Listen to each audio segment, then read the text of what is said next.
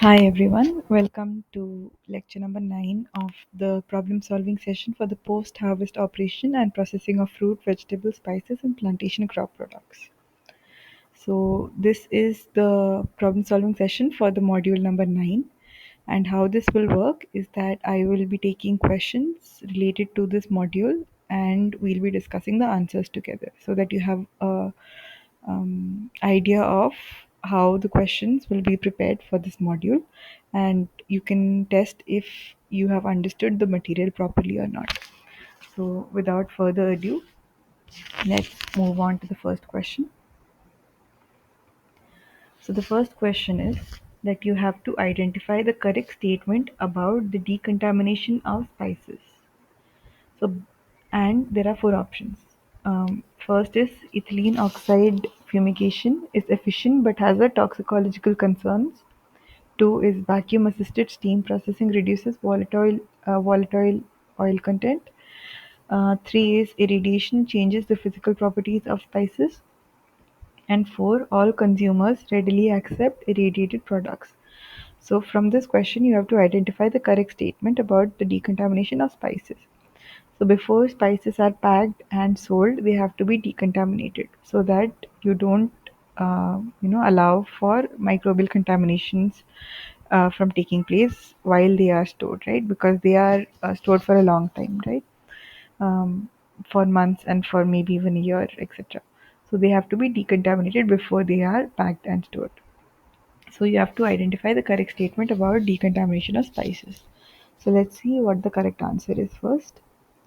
So um, since the question itself was saying you have to identify the correct statements, you can assume that there might be one or more correct statements, like in this case. So there are three correct options. One, two, three are all correct. So ethylene oxide fumigation is efficient but has a toxicological concern because oxide is a carcinogen, and that adds to safety concern, right? So since it is a carcinogen, there might be the need for extra additional steps to ensure that none of the ethylene oxide remains in the product itself, right? So it is effective in reducing the microbial contamination, but seeing that it's carcinogenic and mutagenic, it leads to regulatory and safety concerns. So it is usually banned or restricted in use in some regions, right? Vacuum assisted steam processing reduces volatile oil content. So vacuum assisted steam is non-chemical, is just steam, right? Water, and it is safe for decontamination. But because of the heat and the moisture, it can lead to a loss of volatile oils, right? Because these volatile oils are, they change their structures and they can be lost when they are faced with heat or moisture, right? Irradiation changes the physical properties of spices. That is also true. So irradiation can cause minor changes in physical properties like color, texture, and flavor, especially if you're using very high doses, right? But these changes are usually minimal at doses used for microbial decontamination for the spices. So um, while it is true, it is not uh, not used for decontamination. Irradiation is used, but it does bring about certain small changes to the physical properties of the spices. Option 4 is the only one which is incorrect. That is, all consumers readily accept irradiated products, which is not true, because there are many concerns or misconceptions about irradiated food and what radioactivity or other radiations can do to your body, right? So, a lot of consumers do not readily accept irradiated products. So, let's move on to the next question. Question number 2 is a match the following type, where column 1 is the spice and column 2 it's common processing techniques, right? So, column 1 has ginger, chili, turmeric, and cardamom, and column 2 has the processing techniques, which is boiling and drying, peeling and drying, washing and drying, and pricking and drying. So, let's see what the correct answer is. So the correct answer is option B in this case, right? So option B states that A, that is ginger, is 2, that is peeling and drying. B, which is chili, is 4, which is pricking and drying. C, which is turmeric, is boiling and drying. And D, which is cardamom, is peeling and drying. So ginger is typically cleaned and peeled and then sliced into slices and are kept whole before drying in the sun, right? So peeling will remove the outer inedible layer, and it will help dry faster and in a more hygienic way, right? uh, Chili is processed by pricking and drying because the different portions of the skin of the chili will be of different thickness. So pricking will help in uniform drying, right? And also allow any moisture that is trapped because it's slightly hollow inside the chili, right? So it will allow the moisture to escape more easily while it is drying, right? So it will reduce the amount of or the risk of the mold or any other spoilage, right? um, Turmeric is boiled before drying because fresh turmeric is boiled to inactivate certain enzymes in it to improve its color to that bright yellow and to remove the raw odor of turmeric. Okay, and then they are dried. Okay, cardamom is washed to remove any dirt from its surface and then they are dried. Right. So the correct option is option B. Let's move on to question number 3. Question number 3 is, which of the following statements about pepper processing are correct? There are 4 options given to you. Black pepper is made from fully mature berries. 2. White pepper is a white inner corn obtained after removing the outer skin. 3. Blanching is not required for black pepper. And option 4. Dehydrated green pepper is processed 20 to 30 days before full maturity. So the correct answers are 1, 2, and 4. So black pepper is made from fully mature berries. White pepper is the white inner corn obtained after removing the outer skin, right? Blanching is not required for black pepper is not correct, right? Because blanching is usually used in the black pepper processing. It will clean the berries. It will initiate enzymatic reactions that develop the characteristic pepper flavor, and it will improve the drying efficiency of the pepper itself while the drying is happening, right? And dehydrated green peppers is processed 20 to 30 days before full maturity. So green peppers are harvested before full maturity when the berries are green, right? And they are dehydrated to retain their green color and flavor, right? So this has to be done 20 to 30 days before they reach full maturity. Okay, so let's move on to question number 4.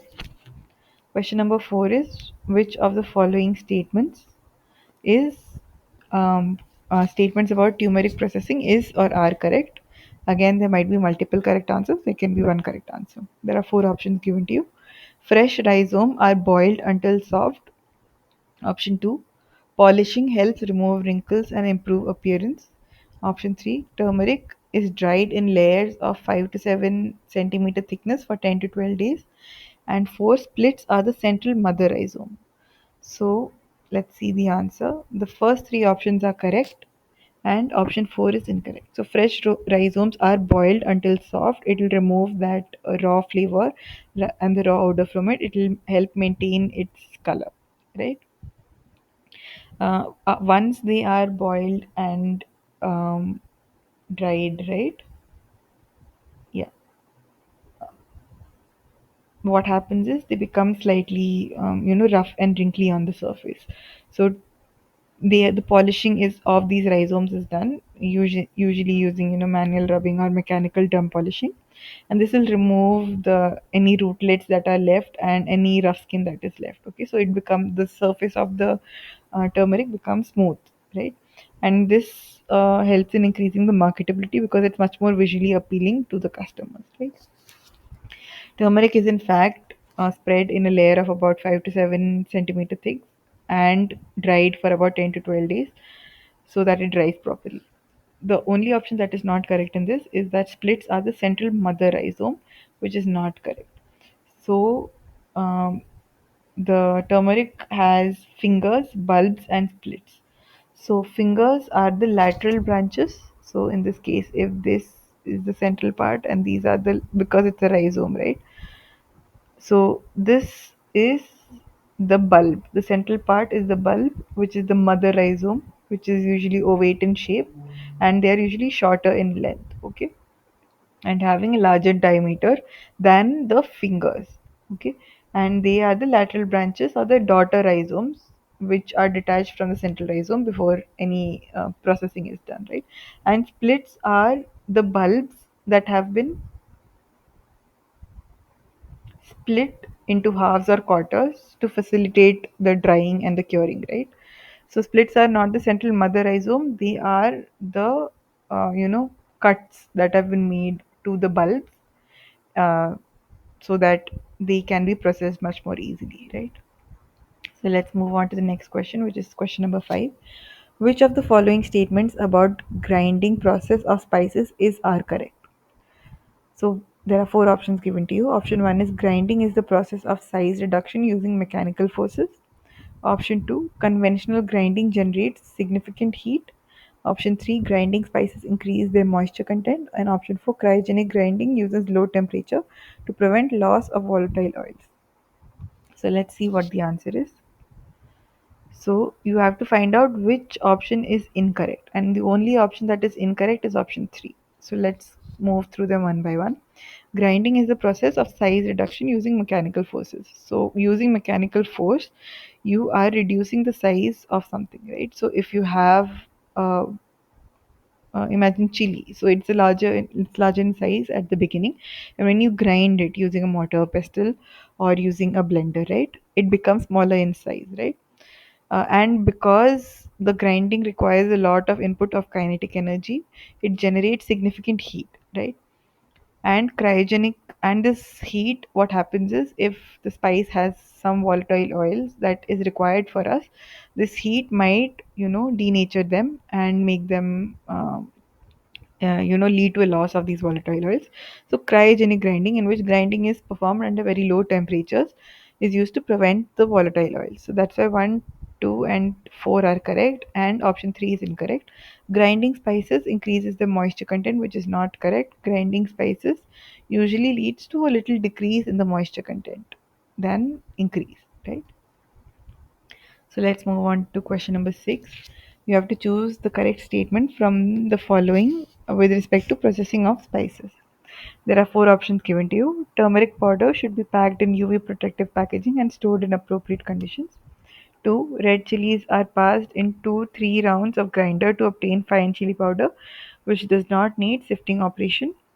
Option 3. Ginger is bleached with calcium hydroxide to obtain white colored rhizomes. And 4. Large cardamom powder is produced by grinding of dried seeds with moisture content 10% to with a moisture content of 10% to fine powder followed by sieving. So let's see what the correct answers are. So option 1 is correct. That is, turmeric powder should be packed in UV protective packaging and stored in appropriate conditions. And that is because the just a second. Yeah. So turmeric contains specific compounds such as curcumin, right? And these are sensitive to light, especially UV light, and this can lead to the degradation of curcumin, and which is important for the overall flavor and the medicinal properties of the turmeric. The turmeric powder is usually packed in UV protective packaging and should be stored in appropriate conditions after they are opened, so that the flavors and the compounds in it can be protected. Red chilies are passed in 2 to 3 rounds in a grinder to obtain fine. Uh, just a second. So this is wrong. So it's option 2 which is wrong. So red chilies are passed in 2 to 3 rounds in a grinder to obtain fine chili paste powder, which does not need sifting operations, which is incorrect. So even after 2 3 rounds of grinding to obtain fine chili powder, it does need sifting so that you reach an uniform size of the spice. Option 3 is in fact correct. Ginger is bleached with calcium hydroxide to obtain white colored rhizomes, and this is done mostly for just um, purposes for consumers, right? So that the consumer finds it more palatable to buy them. So the white colored um, yeah, so the white colored you know mm, yeah, the white colored rhizomes, they are much more visually appealing to the customers, and that is why it's just done for the beneficial purpose of improving the market value and for only aesthetic purposes. It's not anything to do with nutrition, all right. And option 4 is correct. That is, large cardamom powder is produced by grinding seeds with a moisture content of 10% to a fine powder, again followed by sieving to get a a uniform size of the spice. So let's move on to question number 7. Question number 7 is, which of the following statements about the processing of ginger paste is or are correct? There are four options given to you. Ginger paste is prepared by mincing ginger rhizome to obtain a fine semi-solid mass. Option 2, salt is added to the ginger paste during crushing. Option 3, ginger paste is often used in combination with garlic paste. And option 4, ginger paste requires fermentation before packaging. So out of these, let's see which are the correct answers. So 1, 2, and 3 are correct. So ginger paste is prepared by mincing the ginger rhizome to obtain a fine semi-solid mass. Salt is added to the ginger paste during crushing, and it serves multiple purposes. It adds to the flavor of the ginger paste. It increases its shelf life by protecting any sort of spoilage, right? And it also, because salt, especially sea salt, is slightly coarse, right? It helps in the grinding of the ginger paste, right?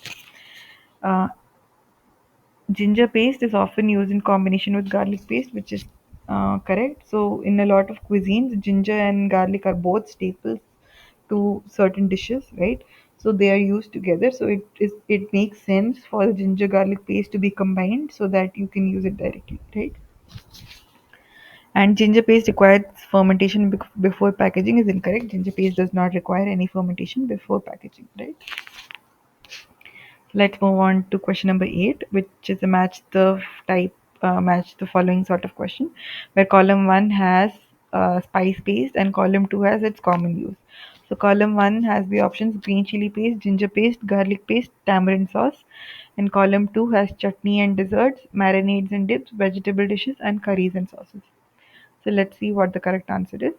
The correct answer is answer D, which is A, that is green chili paste, is used for curries and sauces. B, which is ginger paste, is used in vegetable dishes. C, which is garlic paste, is used in marinades and dips. And D, which is tamarind sauce, is used in chutneys and desserts. Right? Green chili paste is usually used in curries and in different sauces, right? Ginger paste is used in vegetable dishes, right? To add flavor, garlic paste is used in marinade, especially when you're marinating, meat and in certain dips, right? And tamarind sauce is used in chutneys like we see in our cuisine and in desserts because of its sour taste, right? Sour and sweetness that is added to the tamarind sauce. So let's move on to question number 10, which is, which of the following statements about instant coffee is are correct? Wait, sorry, this is from another module. So let's move on to question number 9, which is, there is a assertion and a reason. So assertion is, pasteurization is an essential step in the processing of spice pastes, and reason is, pasteurization helps in activating microorganisms that cause spoilage, right? So pasteurization is the process in which a material is heated at slightly high temperatures for a very short time to kill the non-beneficial microorganisms that might lead to spoilage, so that the shelf life of the product is increased, right? So the correct answer for this is A is true, is but R is false. So pasteurization is an essential step in processing of spice paste because they're in liquid form, slightly or in a slightly semi-liquid form, right? It can lead to spoilage of the spices, right? So they need to be pasteurized so that any microorganisms that might lead to the spoilage can be killed. But pasteurization actually helps in inactivating microorganisms that cause spoilage instead of activating. That's why the reason R is wrong, right? So A is true, but R is false. So let's move on to question number 10, which is which of the following statements about the preparation of ready to eat spice gravies are correct? So if you go to markets, you will find ready to eat gravies like chicken butter masala or paneer masala, things like that, right? Shahi paneer, etc. So, which is correct regarding that? There are four options given to you. Ingredients are ground, cooked, and roasted or fried as required. The product is packaged in retort pouches. Ready to eat gravies have a shelf life of 1 month, and retort processing ensures the product is shelf stable. So out of these, option 1, 2, and 4 are correct. Ingredients are in fact grind, cook, roasted, or fried as required to give the taste of the gravy. Right. The product is packaged in retort pouches, which consists of multiple layers, so that it can prevent spoilage, and the packaging itself can withstand the pasteurization process, because in retort pouches, after the curries have been added, they are pasteurized in the packaging itself, just like can packaging, so that the package and the food itself is sterilized, right? Ready to eat gravies have a shelf life of around 6 months to 1 year. It is not 1 month. So this is not correct. And retort processing ensures that the product is shelf stable, which is also correct. So 1, 2, and 4 are correct, 3 is incorrect. So let's move on to question number 11. Question number 11 is you have to choose statement, correct statement or statement from among this following. So there are four options. Garlic bulb have volatile oil containing 6 to 8 um, oil content of 6 to 8 and free from infestation are chose for paste preparation. 2. Garlic clove separation machine consists of twin stainless steel rollers rotating at different speeds. Pneumatic type peeler uses garlic peeling used for garlic peeling works on principle of abrasion, in which garlic cloves rub with the rubber pads under high airflow. And fourth is air bubble washing machine is ideal for washing peeled garlic cloves to remove dirt adhere to the surface. So let's see what the correct answer is. So the only correct answer is option 4. Right? So garlic bulbs having a volatile oil content of 0.2 to 0.4% and which is free from any sort of infestation is used for paste preparation. 6 to 8% is incorrect. Right? Option 2, that is garlic clove separator machines, consist of twin stainless steel rollers rotating at different speed is incorrect. They consist of two twin rubber rollers rotating at different speed. Uh, it is the abrasive type peeler which works on the principle of abrasion, not the pneumatic type. In the pneumatic type, the cloves will be fed into a cylindrical peeling chamber, and compressed air is introduced, which will produce a cyclone that peels the skin off. So it is not, the pneumatic type is not working on the uh, you know process of abrasion. It is the abrasive abrasion type of peeler, right? The only correct answer is the air bubble washing machine is ideal for washing peeled garlic cloves to remove uh, dirt adhering to the surface. So they are submerged into water and air bubbles are introduced into the system, and these air bubbles form the pressure which, when along with the water, they come in contact with the garlic, they remove dirt adhering to the surface. So this is a very gentle way of removing dirt adhere to the surface of the garlic clove, right? So let's move on to question number 12. Question number 12 is match the extraction technique given in column 1 with its description in column 2. Column 1 is solvent extraction, supercritical fluid, ultrasound assisted, microwave assisted. Column 2 is liquid, using liquid nitrogen to cool the spices, using hexane to dissolve plant material, using high frequency sound waves to enhance extraction, and using microwave to heat and rupture plant cells. So this is a very easy question. The name itself is telling us what it is, right? The correct answer is option A, which is A, solvent extraction, means using hexane, which is a solvent to dissolve plant material. Supercritical fluid is fluid at very low temperature, which is liquid nitrogen used to cool the spices. Ultrasound assisted, using high frequency of sound waves to enhance extraction, and microwave assisted, using microwaves to heat and rupture the plant cells. So let's move on to question number 13, which is which of the following statements about maceration extraction are correct? So there are four options given to you. Maceration involves soaking plant material in a solvent. The process requires high temperatures. Agitation during maceration enhances the extraction yield, and maceration is a quick extraction method. So you have to find out which are incorrect, right? So maceration does involve soaking plant material in a solvent, which is correct. The process requires high temperatures, which is not correct. It does not require high temperatures. It can be performed at room temperatures. Agitation during maceration enhances the extraction yield, which is correct. And maceration is a quick extraction method, which is incorrect. So maceration is not a quick, it is slightly time consuming, right? So that is the correct answer. Let's move on to question number 14. Question number 14 is which of the following statements about supercritical water extraction is or are correct? There are four options given to you. The first one is it uses water at temperatures between 100 to 320 degrees Celsius. Sorry, the question is which of the following statements about subcritical water extraction is correct? So the second option was the process requires high pressure to keep water in liquid state. Option 3, it is effective for extracting polar compounds. And option 4, supercritical water extraction uses solvents like ethanol. So let's see which are correct. So subcritical water extraction uses water at a temperature of 100 to 320 degrees Celsius, which is boiling and above. It uses high pressure because above temperatures of 100, water evaporates, right? So to ensure that the water remains in liquid form, you have to increase the pressure, okay, of the system. It is effective for extracting polar compounds, which is also correct. Subcritical water extraction uses solvents like ethanol is not correct because it uses water and no other solvent, right? Let's move on to question number 15, which is again to choose the correct statement. There are three options given to you.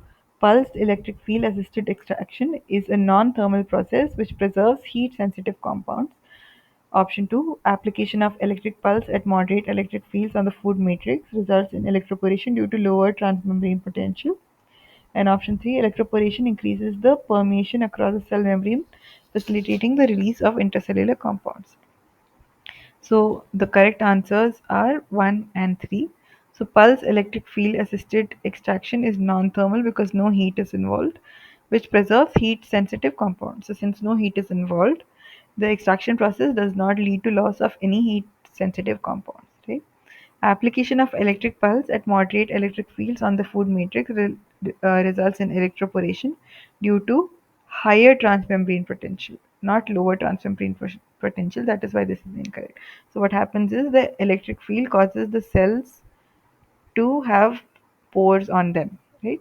And this electroporation due to this electric field increases the permeation of materials across the cell membrane, right? And it facilitates the release of compounds that were present intercellularly in the cells, right? So 1 and 3 are correct, 2 is incorrect. So let's move on to question number 16. Question number 16 is you have to match the essential oil in the given column 1 with its therapeutic use in column 2. So there is in column 1 eucalyptus oil, peppermint oil, lavender oil and tea tree oil. Column 2 has the properties which is analgesic, anti-inflammatory, antiseptic and antibacterial.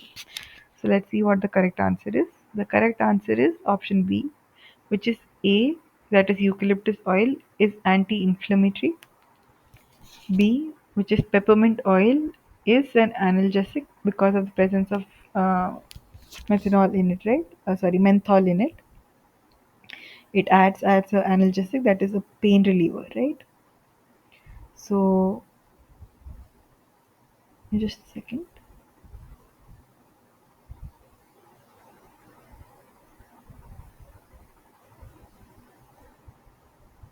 Yeah. So let's start again. Eucalyptus oil has something called eucalyptol, right? It is known for its anti-inflammatory properties. Okay, so that's why it is used in balms for muscle pain and respiratory relief, right? Peppermint oil, it has menthol, which has a cooling effect. Okay, and therefore it is used as something as a gel or a topical analgesic used to relieve headache, muscle pain, etc. Right? Lavender oil is antibacterial, right? And it prevents against spoilage, right? And tea tree oil is antiseptic.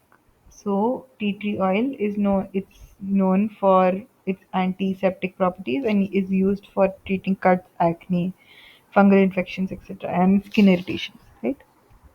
So let's move on to question number 17, which is a match the following kind of question. Column 1 has condiments and column 2 has its primary ingredient. So column 1 has mayonnaise, mustard sauce, soy sauce and maple syrup. Column 2 has soybeans, maple tree sap, vegetable oil and mustard seed. So let's see what the correct answer is. So the correct answer is option C. So option C states that A, mayonnaise is made using vegetable oil, which is correct. So mayonnaise is made from egg yolk and uh, the vegetable oils, and they are beat together to form the mayonnaise, right? Mustard sauce is formed using mustard seeds.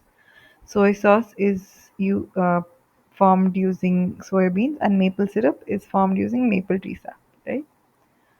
So let's move on to question number 18. Question number 18 is assertion A, which is honey contains enzymes that contributes to its antibacterial properties, and the reason being the enzyme glucose oxidase in honey produces gluconic acid and hydrogen peroxide. So you have to see if the assertion and reason are true, and if the reason are is the reason for the assertion A. So let's see what the answer is. So the answer is both A and R are true. That means honey does contain enzymes that contribute to its antibacterial properties. And a reason is also correct. That is the enzyme glucose oxidase in honey produces gluconic acid and hydrogen peroxide. And R is the correct explanation for A. So the enzyme glucose oxidase, which produces gluconic acid and hydrogen peroxide. Now, this gluconic acid and hydrogen peroxide has antibacterial properties. So reason R is the correct explanation for assertion A, which is why option A is correct. Right? Let's move on to the final question of the day, which is which of the following statements about the processing of maple syrup is or are correct? There are four options given to you. Option 1, that is maple syrup is obtained from xylem sap of maple trees. Option 2, concentration of syrup is achieved through reverse osmosis. Option 3, Maillard's reaction during evaporation produces the unique flavor of maple syrup, and maple syrup is typically high in calories compared to other sweeteners. So plants have two transport systems, the phloem and the xylem. So phloem transports food and xylem transports water throughout the plant. So maple syrup is obtained from the xylem sap of the maple trees, right? Which is correct. But you have to find out the incorrect statement in this options, right? So this is correct, but not for this question. Option 2, the concentration of maple syrup is achieved using reverse osmosis. So, reverse osmosis is where using a semi permeable membrane, water moves out of the system and concentrating the whatever was in the system itself, right? This is done because maple syrup contains about 98% water and 2% maple syrup, right?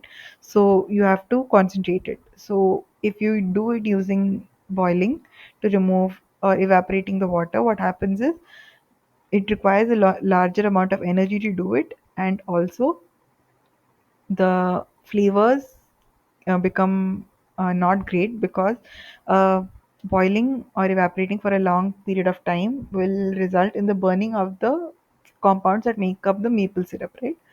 So that is not preferred. So for the removal of the majority of the water, reverse osmosis is used, and then boiling is done, right? Which leads to the Maillard's reaction during evaporation process that gives the maple syrup its unique flavor, right? So the only incorrect statement in this is option 4, which is maple syrup is typically high in calories compared to other sweeteners, which is not correct. Maple syrup is calorie dense but not higher than common sweeteners. It is less than honey, right? So that is the one that was incorrect. So that is all the questions that are there for today. Thank you so much for listening. So the session ends here.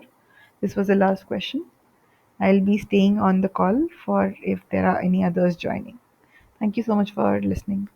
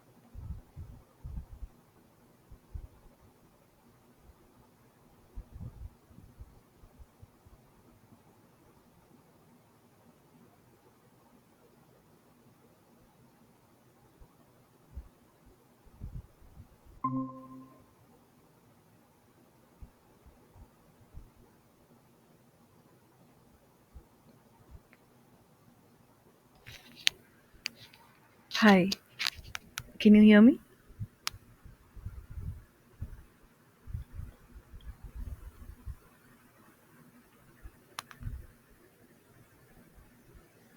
Am I audible?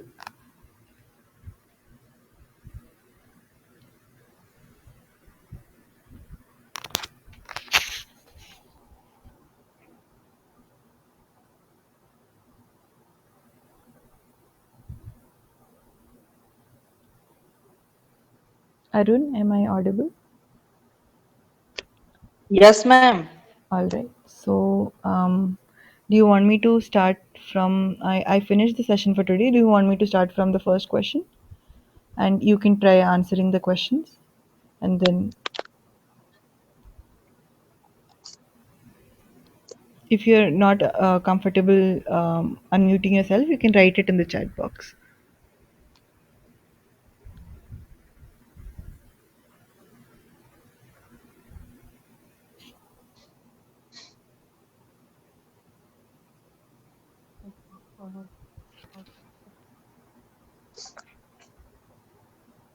So, maybe I'll start with the question. This will be uploaded online onto YouTube. You can watch it there also. But do you have any specific doubts regarding module 9?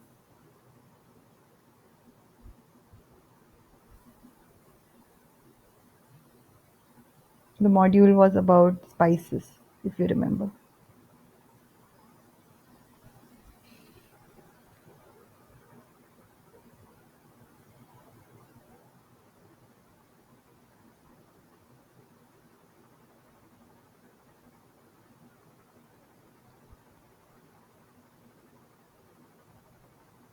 I hope I'm understandable.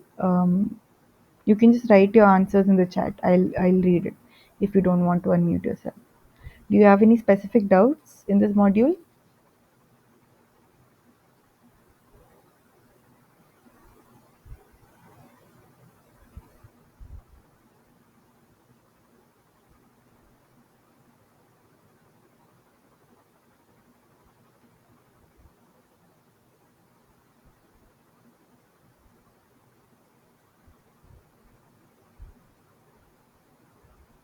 You're the only one in the call, Arun. So I'm talking to you only. If you have any doubts, I can try to clear them.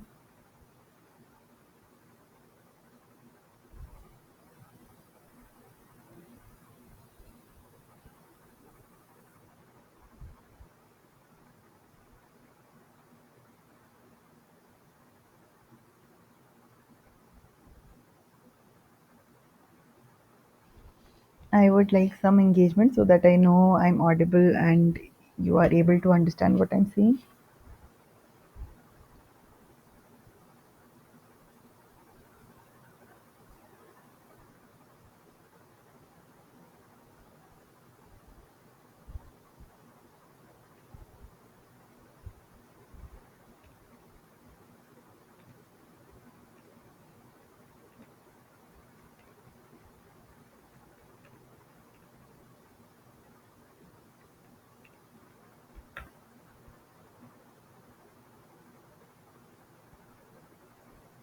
I'm not sure if I'm audible to you, so I've written in the chat. You can unmute yourself and answer. That is also fine.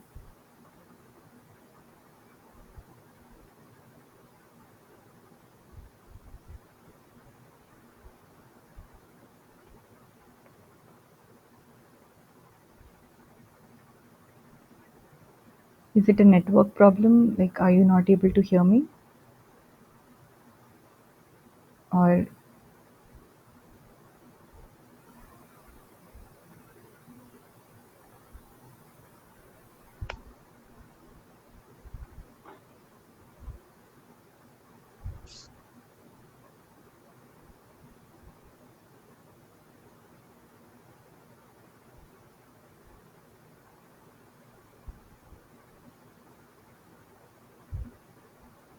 you are taking the NPTEL course, right? The post-harvest operations and processing of fruits, vegetables, spices, and plantation crop products.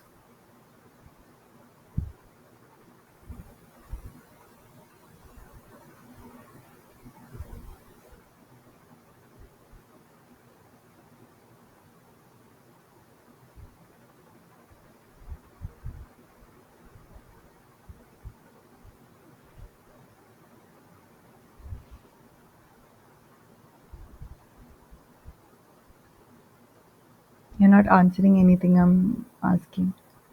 Am I not understandable?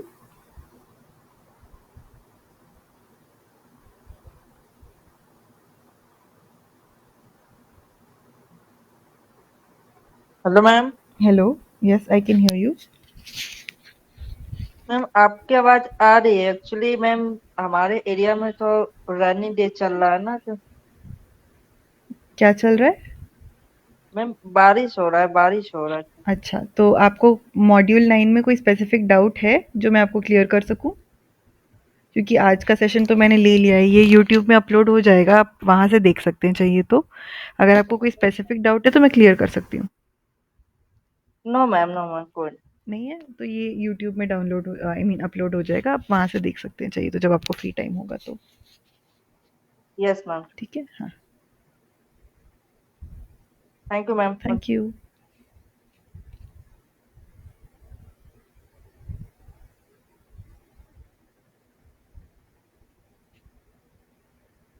आप meeting छोड़ सकते हैं।